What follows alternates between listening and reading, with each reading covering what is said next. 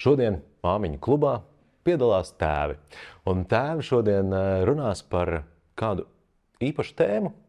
Un mums piedalīsies tādi tēvi, kuri ir ne tikai daļa no ģimenes, bet es pat gribētu teikt, ka lielākā daļa no ģimenes. Un šo terminu kā solo tēvi mēs varbūt arī tā teikt izķidāsim un pārunāsim. Kāpēc jums nepatīk, ka jūs sauc par solo tēviem un šo jēdzienu? Un parunāsim par to, kā ir būt primārajam vecākam, gan meitai, gan dēlam. Šodien mums studijā ir Georgs Rubens, drīz nu jau 13-gadīgas meitas tētis, un Edgars Andersons, kārtīga puiša tētis, kuram ir drīz 7? 7,5. 7,5 jau ir. Nu, lūk. Vīrieši, vīri, sāksim ar to, kāpēc jums nepatīk šis termins solo tēvi?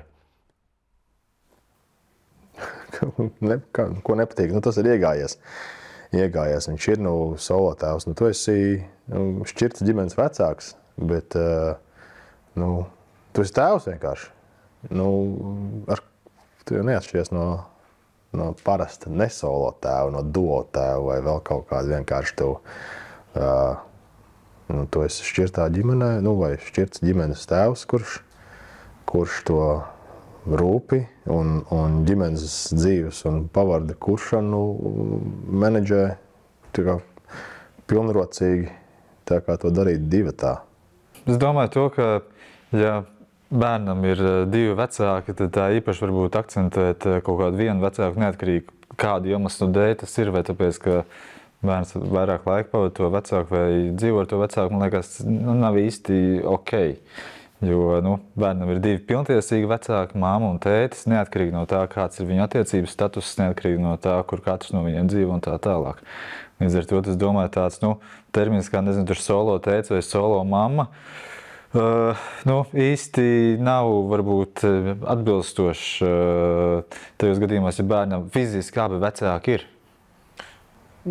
Es varētu, man liekas, piebilst, ka tas solo tētis vairāk attiecināms manāks, vai solo mamma ir attiecināma tieši uz tā vecāka, varbūt attiecības status, nevis viņa vecāka pienākumu izpildes līmeni vai spējām, nevis uz vecākošanos, bet uz viņa partnerattiecību status, vai visu laiku, vai pa periodiem, bet tas jau nekur tur baigi. Neatšķirās teorētiski no parasta tēva. Tu esi tēvs, tu pildi savu tēvišķo lomu ar saviem ikdienas sadzīves pienākumiem. Tāpat kā kopā esošā pāra ģimenē, tā arī solo nosacītajā ģimenē, bet solo tad tur pielipas ir. Ļoti kā tev. Es domāju to, ka ja bērnam ir 2 vecāki, tad tā īpaši varbūt akcentēt kaut kādu vienu vecāku neatkarīgi, kādu iemeslu dēļ tas ir, vai tāpēc, ka bērns vairāk laika pavada to vecāku vai dzīvo ar to vecāku, man liekas, nav īsti ok. Jo bērnam ir 2 pilntiesīgi vecāki, māma un tētis, neatkarīgi no tā, kāds ir viņu attiecības status, neatkarīgi no tā, kur katrs no viņiem dzīvo un tā tālāk. Līdz ar to, es domāju, tāds termins kā, nezinu, tur solo tētis vai solo mamma, īsti nav varbūt atbilstošs tajos gadījumos, ja bērnam fiziski abi vecāki ir. Es varētu, man liekas, piebilst, ka tas solo tētis vairāk attiecināms manāks, vai solo mamma ir attiecināma tieši uz tā vecāka, varbūt attiecības status, nevis viņa vecāka pienākumu izpildes līmeni vai spējām, nevis uz vecākošanos, bet uz viņa partnerattiecību status. Tas varbūt ir vairāk jūtams un kaut ko signalizē nosacīt, ja tu esi solo, tad varbūt tas ir tāds, ka tu esi brīvs vai šķīries, vai neesi tā kā teikt, attiecībās ģimenē nedzīvo, bet tas nekādā veidā neko īpaši vairāk nepasaka par tavu vecāka kvalitāti. Pastāstiet aptuveni, cik ilgi jūs jau esat tā kā primārie vecāki saviem bērniem, un Un kā jūs nonācāt līdz šim lēmumam, ka jūs būsiet tie galvenie bērnu aprūpētāji? Tas nebija tāds kāds apzināts lēmums. Dzīve tā iekārtojās, tas tā notika. Argumentācija vai apstākļi var būt dažādi. Bet nu jā, tas nebija īstenībā ne man, ne Katrīnai, manai šķirties sievai. Mums īstenībā nebija par to jautājumu diskusiju. Likās, ka tā ir jābūt. Bet arī to primārā vecāka loma, es arī teiktu to, ka tas kaut kas tomēr mainās. Jā, jo mēs šķiršies tagad esam, es domāju, kādus 6-7 gadus, un šajā laika posmā līdzīgi arī nekā bērns jau kā meita nav un attīstās. Viņai dažādos vecuma posmos tomēr nepieciešama vairāk mamma vai vairāk tētis, un teiksim, arī tās vajadzības viņas mainās. Un to, ka viņi ir bijuši tādi posmi, kad ir tā vairāk nepieciešams tieši tas tētis un tēvs, to es esmu sajūtis. Esmu sajūtis ir ļoti spilgti tos posmus, kad viņai vairāk ir mamma bijusi vajadzīga. Teiksim, tas arī, protams, ir izpaudies tajā. Un varbūt, ka jā, tajā arī tā primārā vecāka vai primārais aprūpētājs, tas drīzāk varbūt būtu vismaz mūsu gadījumā, manā gadījumā, konteksts par to, kur fiziski meita dzīvo, kur viņas mājas un, teiksim, kaut kādā tādā aspektā. Taču, es domāju, ne tad, ja mēs runājam par tādām attiecībām vai saiknes ar abiem vecākiem. Mēs tagad cenšamies to tā, lai tās savstarpējās attiecības gan man ar meitu, gan arī meitas mammai ar meitu, lai būtu tagad tādas arī pēc iespējas pilnvērtīgāks abas divas. Edgar, kā jums bija? Kā jau lielākajā daļā laulību šķiršanu, tas iniciatīva nāk no sievietes. Mēs laukmājā dzīvodami un nosacīt ciemā dzīvodami aizdzīvāmies tik tā, ka tāds solis tiek pieņemts un tad laulātā iet projām. Un viņai tas savukārt, es pilnībā to saprotu, un to pat mūsdienās varbūt, nezinu par, kā mēdz nokristīt pa emocionālo vardarbību mirklī, kad sieviete pilnībā no tevis atkarīga, uztur mājsaimniecību, tad viņai uzsākt vienai patstāvīgu dzīvi ir gan liels izaicinājums, lai spētu to savu patstāvību noturēt, tad vēl vienu līdzatkarīgu dvēseli līdzi ņemt nebija ne saprātīgi, ne kādā veidā emocionālā kapacitātē ietilpstoši. Savukārt no manas puses tur es pat arī neizskatīju tajā nekādus jautājumu būtību vispār tādā problēmā. Es nesaskatīju. Mēs dzīvojam kā ģimene trietā, un tad tagad divatā to mājas soli turam tālāk. Tur nebija varianti, nebija vispār. Tas nepacēlās kā atrisināmo jautājumu sarakstā. Dēls dzīvoja mājā, dēls turpina dzīvot mājā. Es vienkārši to mājas soli tagad mēs 2 džeki turam, nevis trietā. Un tas sākumā bija, es pilnībā saprotu lauleni, viņas tālāko dzīvi, kā risināt. Tas arī viņai nebija viegli, bet tur nebija tā, ka bērns būtu kaut kā līdzatkarīgs vai emocionāli vairāk piesaistīts, un tāpēc mātei viņš obligāti jāņem ir līdzi. Un šajā gadījumā tas es ticu kaut kādā veidā lauž kaut kādas priekšstats vai dogmas, kas alleži tiek kaut kādā veidā postulēts, kurā māte ar bērniem aiziet projām. Šī gadījumā, un es negribētu domāt, ka mēs tad esam 2 varbūt kaut kādi izņēmumi, vienkārši būtu skaļākie karogu turētāji par to, ka tas ir pilnīgi normāli un saprātīgi. Un es jau no paša bērna iesaistīts, no bērna dzimšanas es biju iesaistīts viņa augšanā, attīstībā un auklēšanā, vākšanā un pamperos tūstīšanā. Tāpēc tas man nebija kā papildus sloks vai liekas kaut kāda pienākuma uzņemšanās. Tik daudz varbūt jākāda virtuvi, jā. Tas cits stāsts. Bet tas man tā loģiski izmet no komforta zonas, bet nekādā veidā neuzgrūda kaut ko tādu, ko es nemācētu. Pienākumu ziņā. Tā kā. Bet tomēr uzturēt mājsaimniecību, aprūpēt bērnu, rūpēties par skolas darbiem, vēl nāk slimošanas un viss pārējais. Kā to jūs pavelkat? Vai jums arī atliek laiks tā kā priekš sevis parūpēties par sevi? Jā, tās ir interesantas lietas, ko tu mini, Gati, jo darbojoties arī sabiedriskajā un pilsoniskajā sektorā, viena no tām tēmām, kas tomēr diezgan bieži nonāk dienas kārtībā dažādos kontekstos un dažādos jautājumus, ir demogrāfijas jautājumi, vēl kaut kas.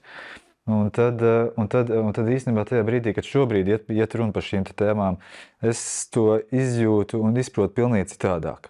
Tā iemesla dēļ, ka mēs kaut kā esam ārkārtīgi pieraduši to, es domāju, liela daļa vīriešiem domā, ko, demogrāfijas rādītājiem vēl kaut ko, vai ne, ka kaut kā, tur nozacīti statistiskās sievietes, vai ne, kurām te statistika tagad jādzemdē bērni, un tagad statistiski, vai ne, tur valsts iedzīvotāju skaits vairosies un palielināsies.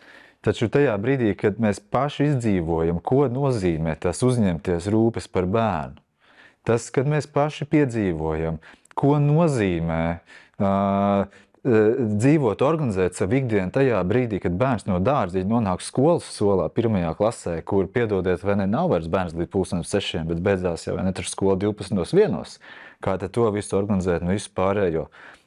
Kas notiek kaut kādām darba tēmām, darba lietām, vai ne, ar nodarbinātību, kā tas attiecās, izpaužās un visu pārējo. Vai ne? Pilnīgi citas lietas. Salīdzināt to, vai vīriešiem, sievietēm tajā tēmā, vai nezinu, tur iet labāk vai sliktāk, es domāju, ka iet vienādi. Mēs varbūt kā sabiedrība esam vairāk pieraduši to, ka sievietes ir tās, kas to spēj to visu izdarīt un tā tālāk, un tad ir kādi vīrieši, kas to dara, un viss skatās sabiedrība. Jā, tie gan tādi, brīnišķīgi, vai ne vīrieši, nezinu, tur, kā viņi tā spēja, vai ne, tagad visi priecājamies un aplaudējam. Nē, stāsts jau nav par to, izaicinājumi ir tieši tādi paši. Un patiesībā ir tā, ka daudzajādā ziņā no tā sava paziņa loka, kur man ir bijušas, un aizvien ir arī kādas sievietes, kas ir vientuļās, vientuļās mammas, kas vienas pašas audzē tajā kontekstā vientuļās. Patiesībā esmu varējis diezgan daudz no viņām mācīties. Kā tas ir ne tikai parūpēties par bērnu, bet arī turpināt savas ikdienas lietas un atrast vēl to laiku, emocijas un kapacitāti arī parūpēties pašam par sevi. Es domāju, ja es nebūtu, ja man paziņa lokā nebūtu tādas sievietes, domāju, ka es tās lietas nekad nebūtu iemācījies. Vai varbūt būtu pēc, 5 gadiem. Jā, vai tu vari padalīties, kas ir tās lietas, kā tu par sevi var parūpēties? Ko tu esi iemācījies no šīm māmiņām? Viena no tādām būtiskām lietām, kas vispār tāda, man liekas, cilvēku vajadzība pamatlieta, tas ir kārtīgs un veselīgs miegs, kārtīgi labi izgulēties. Un tas, protams, tas prasa kaut kādu disciplīnu, tas prasa arī kaut kādus, un tas prasa arī tā kā darboties un strādāt ar sevi, bet tajā brīdī, ja vismaz tādu elementāru lietu, mēs varam iemācīties regulāri, plus mīnus vienā laikā doties gulēt, un tad dabūt to disciplīnu, izgulēties labi no rīta, pamosties plus mīnus vienā laikā, un ar kādu spēku, emocijas un enerģijas sajūtu, tas izmētāts un pamats tam visam. Teiksim, skatīties to, kā ar tām ikdienām ir variējušas un kā, teiksim, tas ir dabūts, tas ir, tā pamatlieta noteikti. Edgar, kā tev iet? Es funkcionēju. Es izdzīvoju. Dzīvībai svarīgās funkcijas nodrošina. Darbs, skola vai vēl pirms septembra darbs bērndārs māja, tas 3 stūri tāds kustās. Forši, kā Rimija un Barbora nodrošina piegādes uz mājām. Es kā nerīdzinieks tad uz Rīgu braucu apmēram reizi 3 nedēļās kaut kāds lielāks iepirkums taisīt. Un tu vienkārši, tu velc, tagad pirmklasnieks, un viņš joprojām vēl nav tik pastāvīgs. Es ceru un skatos uz tuvāko pusgadu, kad mēs to ikdienas sakārtosim, kad man arī nebūs no 2 no darba jābrauc sīkās no skolas vāķiet mājās, un tāpēc baigi priecīgs un pateicīgs esmu savam darba devējiem gan par tuvumu mājām, kad nav jābrauc sāk agrāk Rīgā strādāju, 2,5 stundas jāpod ceļā katru dienu un kombinēti. Dzīvoju, strādāju tuvu mājām un varu arī strādāt relatīvi attālināti un nogriezt tās darba stundas. Nav tur no 8 līdz 8 pie Rimī kases jāsēž, kur es nestādos priekšā, kā es varētu tad izvilkt, ja man būtu ļoti ciets darba laiks. Un tiešām tas, es nedomāju, ka es te prasu valsts atbalstu demogrāfijas veicināšanai. Varbūt tur ir kaut kādi instrumenti, bet es nedomāju, ka valstī tur būtu jājautās privāta sektora regulējumos jauniem vecākiem, nezinu, atlaides vai auklus nodrošināt, piedāvājot vai kā, bet tas tiešām ir, man nav bijis tāds tieši kontakts tiešām ar solo vecākiem, kas to ir darījuši vieni paši, bet ļoti, saku, izbaudīju to savu to priekšrocību ar elastīgo darba laiku darbā, ka es varēju no darba tagad ikdienā pazust 1, 2, 3 un jaunieti ņemt no skolas mājās. Un es tev, kā saku, jā, ļoti cerīgi raugos nākotnē, ka viņš šo te mājas soli un tu pēcpusdienas spēs jau tad solo viens pats nokoriģēt. Un tad ir šādi te pēcpusdienas, kad ir jāizbrauc, tad es viņu paņemu līdzi uz Rīgu un atstāju pie Omas vai Laulens. Un tad mēs varam tā izbraukt, bet visādi citādāk tas ir. Plus vēl nosacīt mans sadzīviskais stāvoklis, kur man ir privāta māja Malkas apkur, kur baigi daudz ārā skriet. Arī pa ziemu sevišķi nevar, tur nosakies kaut kur weekendu projām ar jaunieti vai viens pats, tad atbrauc mājās pilnīgi augstā mājā. Tas atkal ir sadzīviskais jautājums. Tas nav nekāds saistīts ar attiecību statusu vai savu solo būšanu, bet nē, es nezinu, es neredzu laiku kaut kādiem tur džimiem vai koncertiem vai alum kafejnīcās vakaros. Tur vispār nav variantu. Tev ir režīms, miega režīms. Mans jaunietis ir ilggulētājs. Es zinu citas mammas, kuras nāk 11 vakarā no treniņiem mājās ar visu savu pirmklasnieku, un viņš no rītiem 7 ir kājās. Iet tā kā maz atspēr, manējais tā neiet, manējais vismaz 9 krīt gar zemi, tas nozīmē, ka man ir viņš līdz 8 jāpaēdina, un no rīta viņš tad uz skolu ir jāceļ augšā, arī grūti jāceļ augšā, viņš guļ ilgi, un tam visam man ir, viņš gan jānoliek gulēt, gan jāpamodina, tur es viņam perifēri, tā kā esmu klāt blakus, atbalstu un to ikdienu un ritmu virzu. Un tad, kad viņš ir nogāzies, tad es to pievākdams to māju uz savu miegrēķinu vēl sevi lutinu savām 2 stundām pēc televizoru, vienkārši neko nedarot un skaties tagad apātiski. Tas ir tas dzīvošanas laiks nosacītais. Bez nekādas atdeves vai produktivitātes vienkārši atkrīt.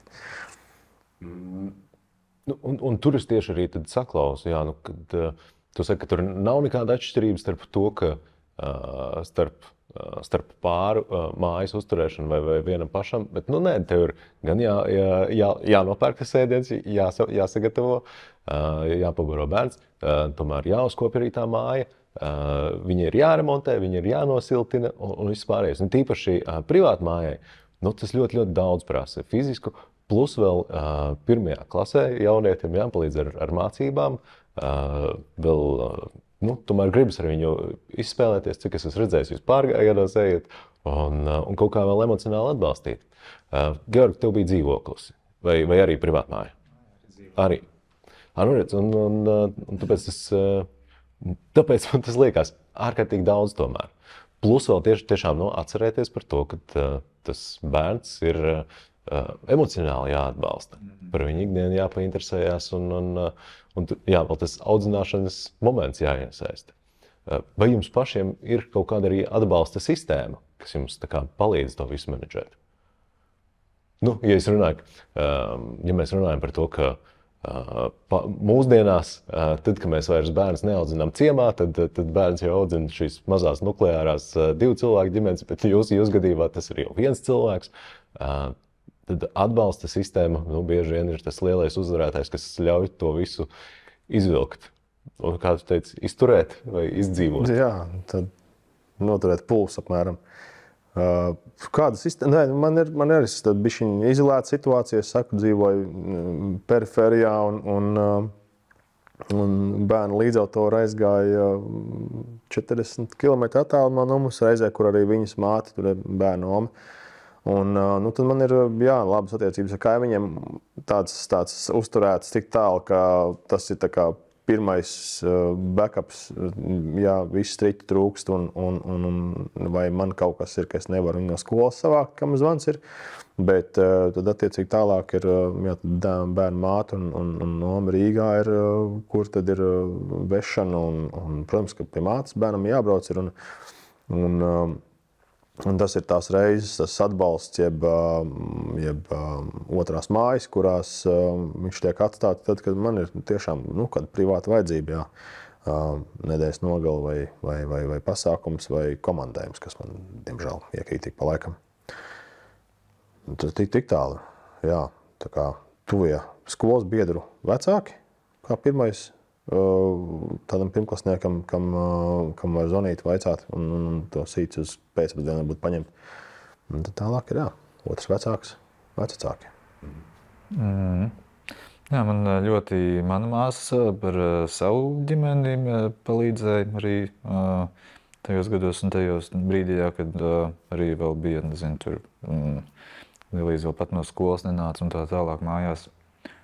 Un, tad, protams, arī meitas mamma, bet jums kaut kā arī es īstenībā neatceros nevienu kaut kādu brīdi, kad mēs kaut kā nebūtu viens otram arī izpalīdzējuši kaut kādām lietām, kas ir saistītas ar meitas audzināšanas lietām vai, nezinu, kaut kādiem braucieniem vai kaut kādām lietām, kur jāizpalīdz. Tā kā kaut kā tā diezgan veiksmīgi sanācis. Bet pamatā mana māsa ar savu ģimeni bija tā, kas vairāk varēja arī pieslēgties un palīdzēt.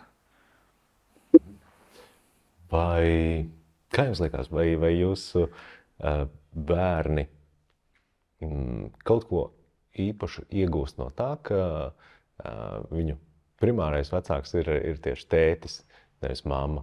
Vai arī salīdzinot ar tām ģimenēm, kur ir tomēr 2 vecāki, kā jums liekas, vai jūs bērni ir kaut ko ieguvuši no tā jau?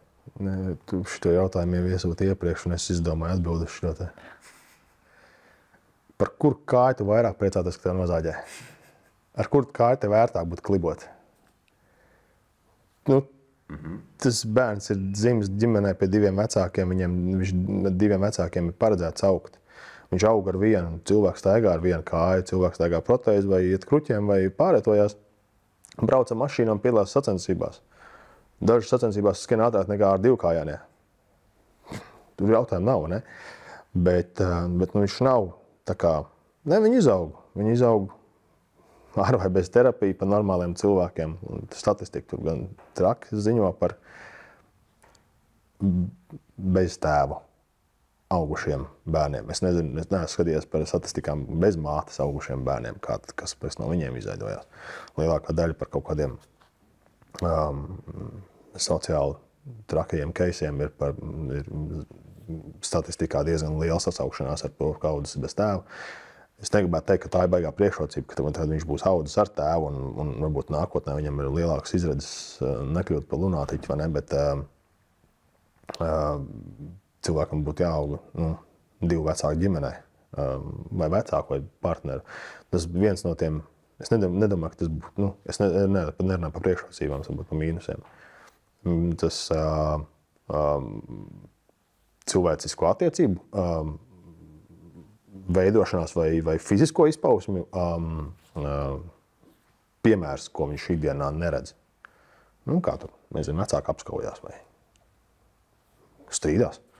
Kā problēmas tiek risināts. Man nav. Mēs 2 džeki. Viens liels, viens maziņš, vai ne? Bet mēs tā maucam uz priekšu.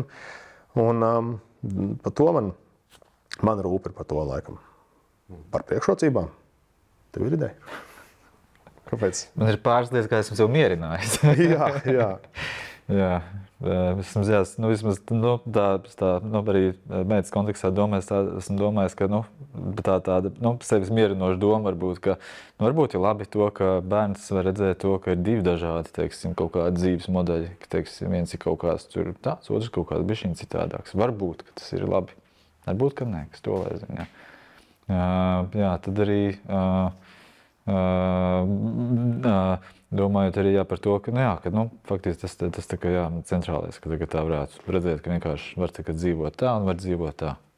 Varbūt, ka tas kaut ko palīdz, varbūt, kas neko nepalīdz. Tur ir kaut tas dualisms, cik ir lasīts līdzi, tad vai tas bērnu baigi traumē, vai viņam traucē pārsteigšanās starp divām mājsaimniecībām. Mums nav tik izteikti, mums nav tāda nedēļa, 4 nedēļu. Un tāpēc tad pārsteigšanās nav. Tad, pie mums vienmēr ir tā kā kura tā un atvaļinājumā. Tur jautājumu nav, ka būs pārsteigšanās atpakaļ uz ikdienu. Ja es esmu tas grafika turētājs un pienākumu prasītājs. Un pie mums ir pits un zoodārs. Tad tur nav... Tas pilnīgi skaidrs, ka būs tāds attieksmes, mainīgas attieksmes izjušanas punkts. Un es nezinu, kā, gan jau, ka ja tu 50/50 dzīvo dažādās attieksmēs un ģimenēs, tad to vairāk var just. Bet tāpat laikā es uzskatu, ka, lai cik, nezinu, naidīgi saurupi vai ar tiesām ir vecāki šķirti un tās dzīves dalītas, un pēc tam tad bērnu saskarsmes vai aprūpes tiesības tiek noteiktas, tomēr vismaz tajā bērna punktā vecākiem būtu jāspēj runāt, vienoties un kaut kādu vienotu kursu turēt, lai tie noteikumi nav pilnīgi diametrāli pa 180 grādiem pretēji. Nezinu, es negribu piemēros likt iekšā, bet tas audzināšanas vai vērtību veidošanas kurs, lai būtu kaut kur līdzvērtīgs. Mums jau tāpat joprojām es arī daudzos vēl jautājumos konsultējos ar bērnu māti par kā kaut kādus jautājumus runāt, vai mēs to tagad stāstam, vai varbūt vēlāk, vai nezinu, tur nomēr vectēvs, ne? Kā uz to skatāmies, kā mēs kopīgi to ziņu pasniedzam. Mēs viņu pasniedzam kopīgi, abi divi. Un tādas fundamentālas vērtību lietas, ka tiek kopīgi stūrētas. Pat tad, ja jūs esat šķirti, tas vērtību vektors tiek ielikts kopīgs. Priecājos, ka tu atgādini par šiem veiksmīgajiem šķiršanās veidiem, kad jūs atceraties tomēr. Jā, jūsu laulība ir šķīrusies, jūs kā pāris vairs neesat kopā, bet jūs vienmēr paliekat abi divi vecāki šim bērnam. Un cik tomēr skumji noskatīties uz tiem pāriem, kuri nevar pat satikties, nevar viens uz otru paskatīties, un bieži vien bērns tiek atstāts kā tās strīda objekts, vai arī pat izmantots kā ierocis, lai atrieptos otram par šo pārdarījumu. Tāpēc, ka man tiešām prieks redzēt, ka jūs tik un tā vēl ļoti labas cilvēcīgas attiecības varat uzturēt ar bērnu māmām, un atcerēties, ka jūs tomēr abi divi kopā vēl joprojām esat vecāki. Tas projekts turpinās. Kā ir ar kaut kādām nākamajām attiecībām? Cik viegli ir šajā situācijā, ka tu esi principā divatā ar savu bērnu dzīvo, vēl ievest kādu jaunu sievieti vai uz randiņiem iet? Jā, kādu laiku pēc tam, kad mēs ar meitas māmu izšķīrāmies, tad es biju viens pats, bet pēc tam tad bija arī viens tādas attiecības, kas diezgan strauji sākās un viss ļoti strauji notika. Un patiesībā, tas arī, ko tajā kontekstā arī tā domāju, ko piedzīvoju, ka tomēr ļoti svarīgi tajā nākošo attiecību laikā tomēr atcerēties par arī kaut kādu tādu veselīgu balansu. Tā iemesla dēļ, ka, protams, ka tajā brīdī, kad sevišķi vai nezinu, tur ir vienam vai otram rozā brīlis un tā tālāk, tad tur ir kaut kādas vienas emocijas, otras lietas. Un tad mēģinot kaut ko varbūt izpatikt tai jaunajai partnerei vai tur vēl kaut ko var gadīties, ka nezinu, kaut kā mazāk uzmanību tiek veltīta bērnam, kas bija tas arī mans gadījums. Patiesībā par to man tā viena no tām lietām, ko diezgan tā pārdzīvoja arī. Ir kaut kādas, vairākas reizes ar meitu mēs par to esam arī runājuši, pārunājuši ceļš, un tagad, kad viņi tāda lielāka, vecāka, arī visu to noris un visu pārējo. Bet, es domāju, ka jautājums ir par to, cik mēs to tā mākam tā labi sabalansēt.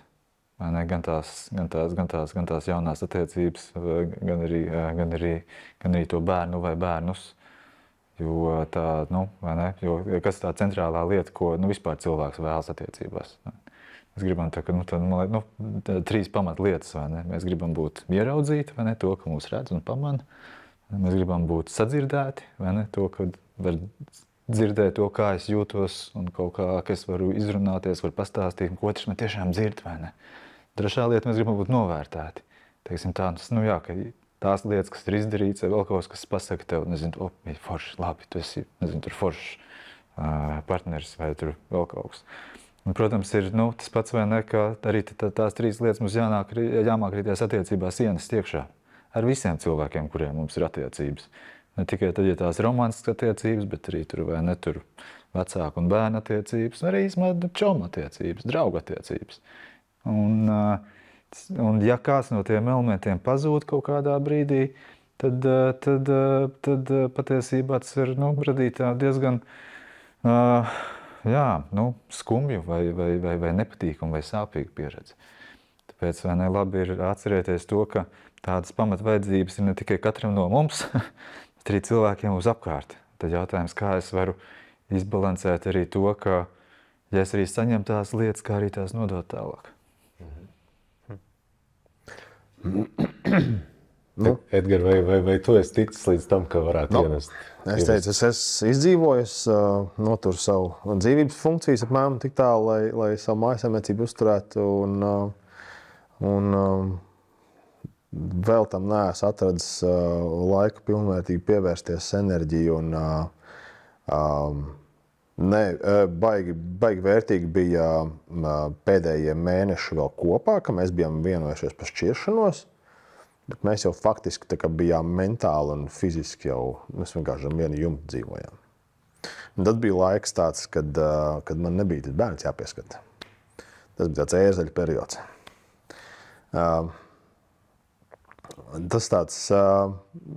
Tas nolika daudzas lietas pa vietām, tā kā jo man jau pagaidām tas viss vēl diezgan svaigs ir. Es apprecējos vai savu sievu apņēmu vēl laikā, kad vēl nebija smartphone, man tā liekas, tirgu. Tagad viss saziņa notiek tikai īziņās. Nav tā, ka es nemācētu īziņu rakstīt, bet arī viss flirts notiek īziņās un dzeltenās sejas un baklažānu zīmes. Es nevelku līdz tam. Es esmu vecs. Un man tas ir joprojām, pirmkārt, tas ir tehnoloģisks siena priekšā, otrkārt, tad ir mentāli jāatverās, ir jāspēj meklēt vai spēt uzklausīt un redzēt. Es piekrītu, Bjorks saka par attiecību pienesumu un devumu un saņemšanas tiem aspektiem, tas par to nav jautājumu, bet man pat labam līdz tam nav tāds tik daudz, nezinu, sirdsmiera vai kapacitātes un brīvā laika vai ikdienas menedžmenta atlikums, lai es tam varētu veltīties. Viens ir skaidrs, manam bērnam ir skaidrs par to, ka mums ar viņu māti kādā mirklī parādīsies jauna partneri, un tad viņš zina, ka mēs joprojām būsim viņa vecāki, viņa nebūs jauna mamma vai jauns tēvs. Mēs joprojām esam viņa vecāki, vienkārši katram no vecākiem varbūt būs jauns partners, bet viņš salasījies, kuras tur tās pasakas, par to, ka viņam varētu būt ļaunā pamāte. No tā viņam baili. Nu, tad par to mēs esam runājuši, bet visādi citādi tur nav. Viens man gan ir, man mierina, arī viens no aspektiem par šķiršanos uz tādas pozitīvas nots, bija sievas komentārs, jeb vispār tāds dzirdēts mantra, par to, ka pirmās sievas izveido labus vīrus otrajām sievām. Tas man tā kā liek cerēt, ka galīgi viss nav zudis. Man šis īstenībā bija arī tāds jautājums, ko jūs varbūt esat varbūt mācījušies no šīs arī šķiršanās pieredzes, vai tas jums personiski ir kaut ko devis un ieguldījis jūsu personiskajā izaugsmē? Kaut kādā kontekstā noteikti, jo es domāju, ka principā jau nemitīgi kaut kādas pārmaiņas mūsos notiekās. Nezinu, vai tur, ja 2010. gada Georgs būtu tieši tāds pats kā 2024. gada Georgs, būtu ārkārtīgi skumīgi. Protams, ka ir kādi notikumi, kas varbūt tādas pārmaiņas kaut kādas katalizē straujāk. Un šķiršanās noteikti, vismaz manā pieredzē, ir viens no tādiem notikumiem. Vai būtu, ir kaut kādas būtiskas, ļoti konkrētas skaidras lietas, kuras varētu būt iemācījies. Noteikti, ka tagad tā atpakaļ skatoties, to varbūt ir tā sarežģīti pateikt vai nosaukt kādas konkrētas lietas, bet skaidrs, ka tas notikums, šķiršanās un arī viss, kas pēc tam notika, mudināja sākt pievērst uzmanību kaut kādām citām lietām, citām tēmām. Un pastīties kaut kā varbūt savādāk.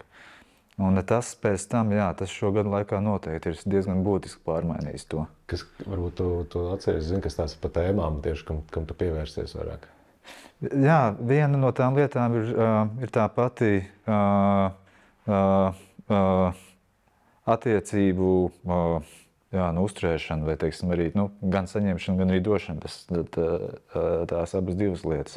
Sevišķi man arī tās attiecības sākām veidot vēl tādā jaunības maksimālismu posmā, kad ir arī tāda, ka ir kaut kāds tāds diezgan liels fokus patiesībā uz sevi, uz kaut kādām savām lietām, vai ne, varbūt to cilvēku blakus tā īsti nesamana.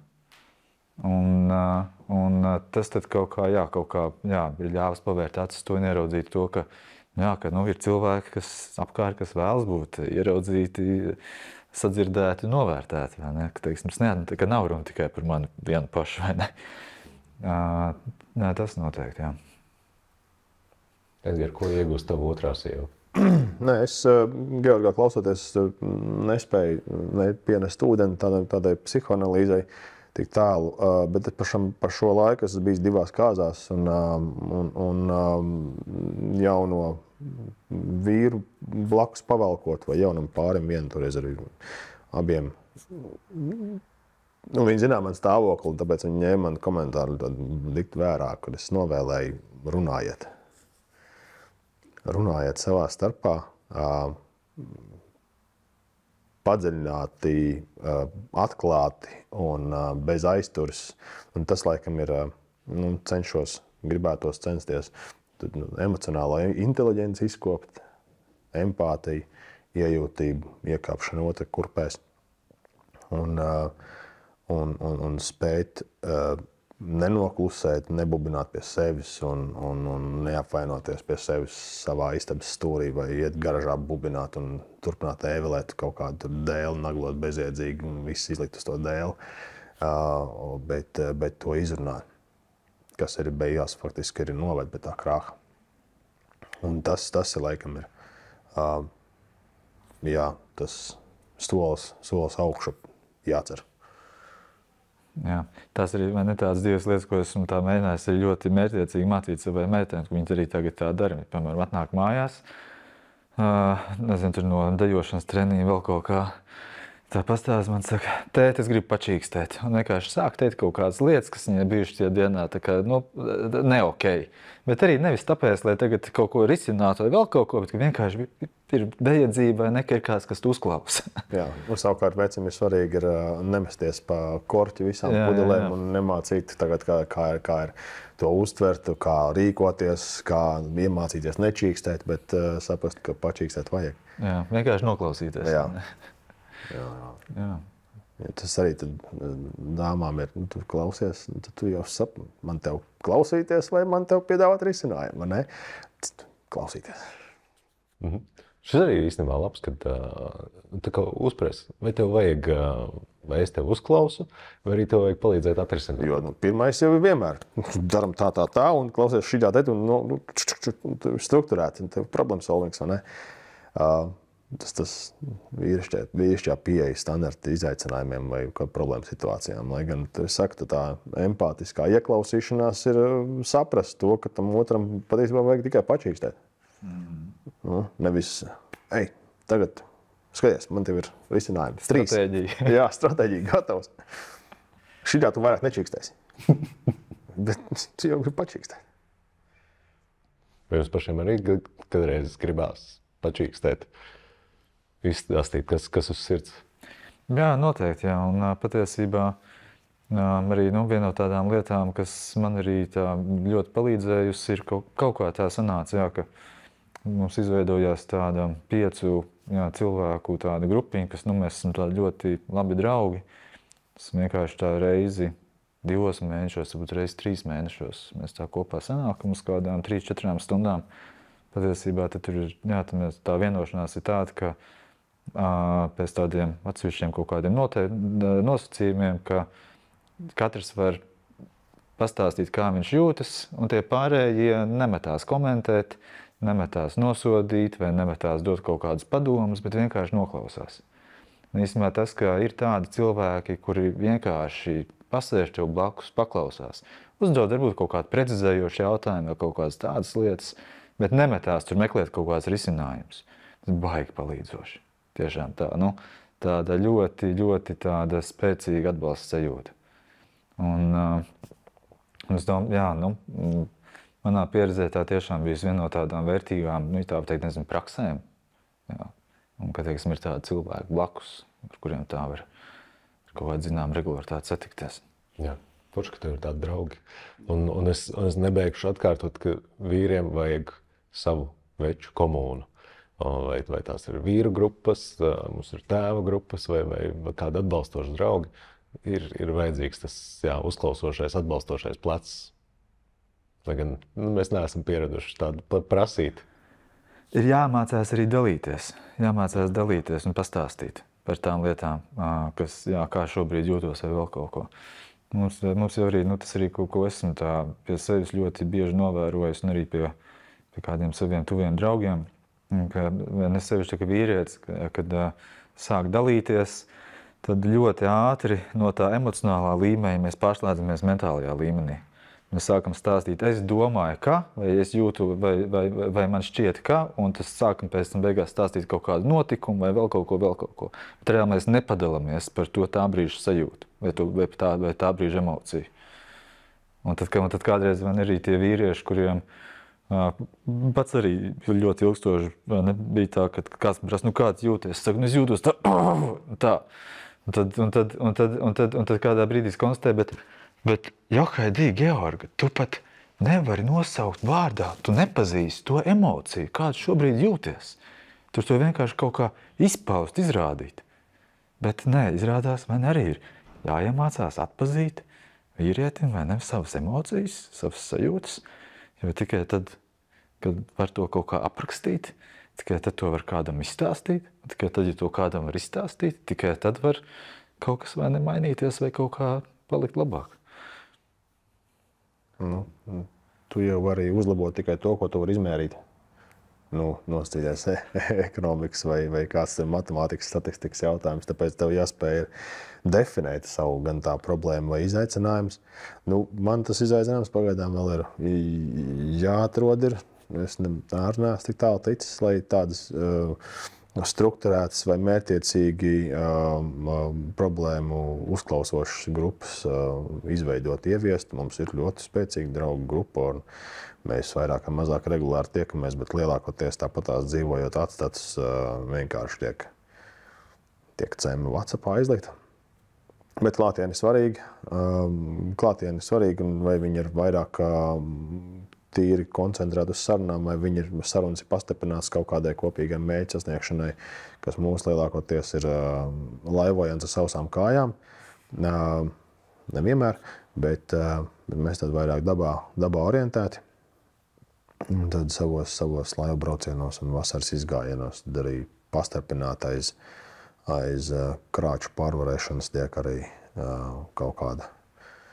kaut kāda miela izlikta, bet diemžēl netika mērķiecīgi un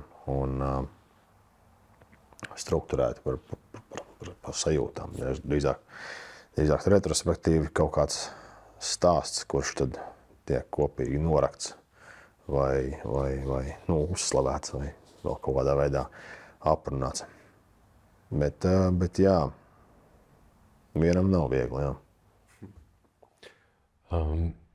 Georg, tu arī sākumā minēji, ka ir tie brīži, kad tu jūti, ka meitai īstenībā vairāk varbūt, ka vajag mammas to klātbūtni, un ir brīži, kad varbūt arī tavējo. Varbūt tu vari padalīties, kas ir tās lietas, ko varbūt tad ko vairāk vajag no mammas saņemt, vai kaut ko vairāk no tevis saņemt. Jo, tavā gadījumā tu audzini jaunu meiteni, kā vīrietis, un tu droši vien arī bija viņai pirmā mīlestība un rādi tos kaut kādu vīriešu piemēru. Edgars savukārt rāda to, kādam ir jābūt kārtīgam, īstam vīrietim, savam puisim. Kas ir tās atšķirības, ko varbūt tu iedod, un kas ir tas, ko tad iedod mamma tajā viņas laikā?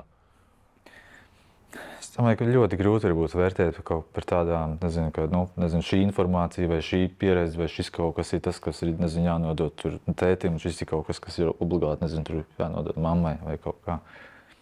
Un tas stāsts nav vairāk varbūt par kaut kādām, tādām konkrētām tēmām, bet drīzāk tas ir pēc tādas vajadzības.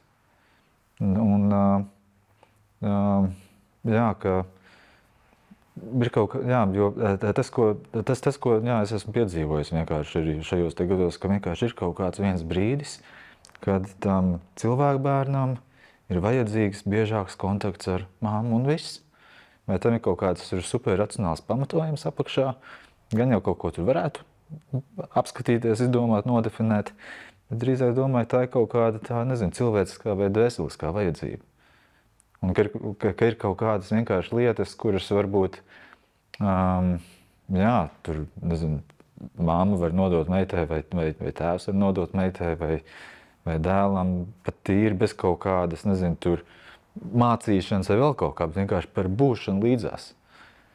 Ka varbūt ir kaut kādas lietas, ko piemēram, tur mana meita mācās, ko nozīmē būt sievietei, nevis no tā, ka tagad mamma stāsta kaut ko par to, bet to, ka varbūt viņa vienkārši ir līdzās.